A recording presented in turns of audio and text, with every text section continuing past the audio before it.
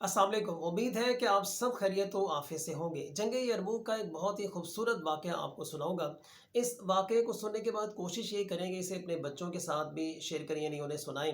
इससे होगा ये कि आपके बच्चों के दिलों में दीन से मोहब्बत और बहादुरी पैदा होगी, और ये दोनों चीज़ें उनके दुनिया और आखिरत में इंशाअल्लाह वल अज़ीज़ काम आएँगी। और इस वाक़ये को सुनने के बाद आपके दिलों में भी आप देखिएगा दीन से मोहब्बत पैदा हो जाएगी। अब बढ़ते हैं अपने उस खूबसूरत वाक़ये की तरफ। हज़रत उमर फ़ारूक रज़ी अल्लाह तआला अन्हो रूम से जंग लड़ने के लिए एक फ़ौजी दस्ता रवाना करते हैं, जिसमें एक नौजवान सहाबी हज़रत अब्दुल्ला बिन हज़ाफ़ा भी शामिल थे। कैसर और मुसलमानों की फ़ौजों के दरमियान जंग थोड़ा तूल पकड़ लेती है, जिससे कैसर मुसलमानों की बहादुरी और साबित कदमी को देखकर बहुत मुतासर होता है। और फिर वो अपने सिपाहियों से कहता है कि अगर मुसलमानों की फ़ौज से किसी को कैदी बनाया है तो किसी एक को मेरे सामने पेश करो।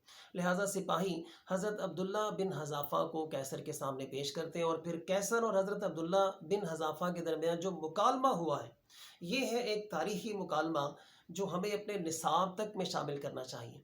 और इसको सुनने के बाद इसे अपने बच्चों के साथ भी हमें शेयर करना चाहिए। ये है असल सुपरमैन जिनको हमें अपने बच्चों को पढ़ाना और सुनाना चाहिए। कैसर हज़रत अब्दुल्ला बिन हज़ाफ़ा को पहली ऑफ़र ये करता है कि तुम नसरानियत कबूल कर लो, मैं तुम्हें छोड़ दूँगा। लेकिन हज़रत अब्दुल्ला बिन हज़ाफ़ा नहीं में सर हिला देते हैं। कहते हैं नहीं, ऐसा नहीं हो सकता। कैसर एक दूसरी ऑफ़र करता है कि अगर तुम नसरानियत कबूल कर लो तो मैं तुम्हें अपनी आधी सल्तनत दे दूँगा और साथ तुम्हें रिहा कर दूँगा। हज़रत अब्दुल्ला बिन हज़ाफ़ा यहाँ पे बड़ा कमाल का जवाब देते हैं। कहते हैं कि अल्लाह की कसम, अगर तुम मुझे अपनी सारी सल्तनत दे दो, अपने आबाओ अजदाद की सल्तनत दे दो, तुम्हारे पास जो कुछ है, तुम्हारे आबाओ अजदाद के पास जो कुछ है, तुम सब कुछ मुझे दे दो, मैं इसके बावजूद दीन से इन्हराफ नहीं करूँगा, तुम्हारी बात किसी सूरत नहीं मानूँगा। ये जवाब सुनकर कैसर बड़ा गुस्से में आ जाता है, बहुत गज़बनाक होता है। वो अपने सिपाहियों से कहता है कि इसको उल्टा लटका दो और इसके आसपास तीरों की बारिश करो, यानी डराओ इसको। ये सब करने के बावजूद हज़रत अब्दुल्ला बिन हज़ाफ़ा के दिल में किसी किस्म का कोई खौफ पैदा नहीं होता।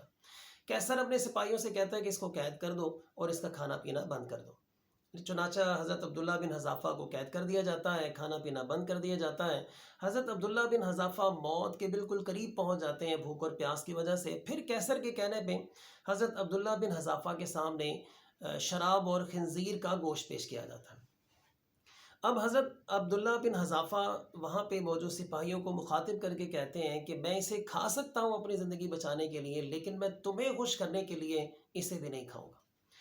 ये बात जब कैसर को बताई जाती है तो कैसर कहता है कि एक बेहतरीन खाना तैयार करो और एक खूबसूरत लड़की के ज़रिए इस तक पहुंचाओ। ऐसा ही किया जाता है, बेहतरीन खाना तैयार किया जाता है और एक खूबसूरत लड़की के ज़रिए खाना हज़रत अब्दुल्ला बिन हज़ाफ़ा को पेश किया जाता है, और उस लड़की को ये समझाया जाता है कि इस बंदे को तुमने अपनी तरफ माइल करना है और इससे बुराई करवानी। लेकिन इस सब के बावजूद हज़रत अब्दुल्ला बिन हज़ाफ़ा उस लड़की की तरफ आँख उठाकर भी नहीं देखते। वो लड़की बाहर आने के बाद अपने लोगों से कहती हैं कि मुझे तो ऐसे लगता है, जिस जगह पे तुमने मुझे भेजा है, जिस बंदे के सामने, मुझे तो ऐसे लगता है कि इस बंदे को पता भी नहीं चला कि इसके कमरे में एक औरत आई है।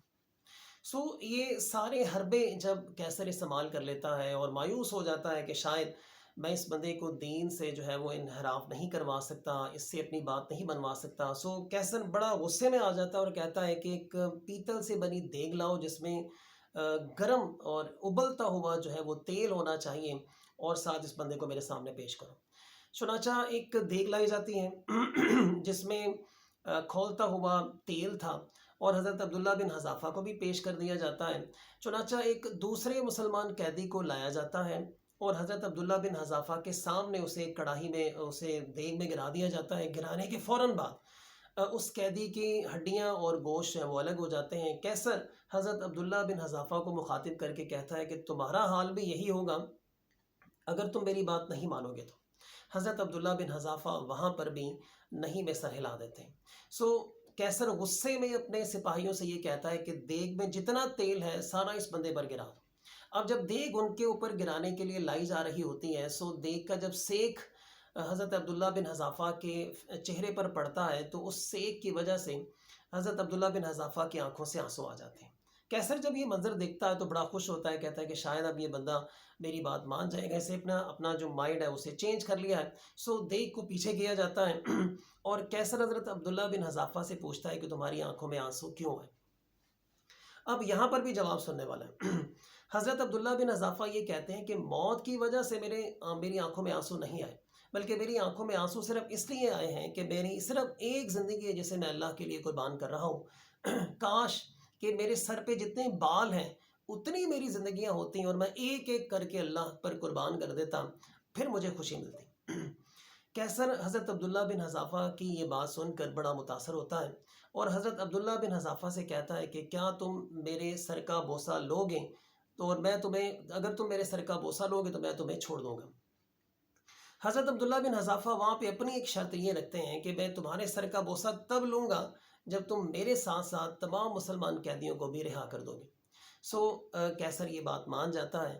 حضرت عبداللہ بن حذافہ کیسر کے سر کا بوسہ لیتے ہیں، اپنے سارے جو قیدی سپاہی تھے مسلمان ان کو ساتھ لیتے ہیں اور حضرت عمر فاروق رضی اللہ تعالیٰ عنہ کے پاس پہنچ جاتے ہیں اور سارا واقعہ سناتے ہیں۔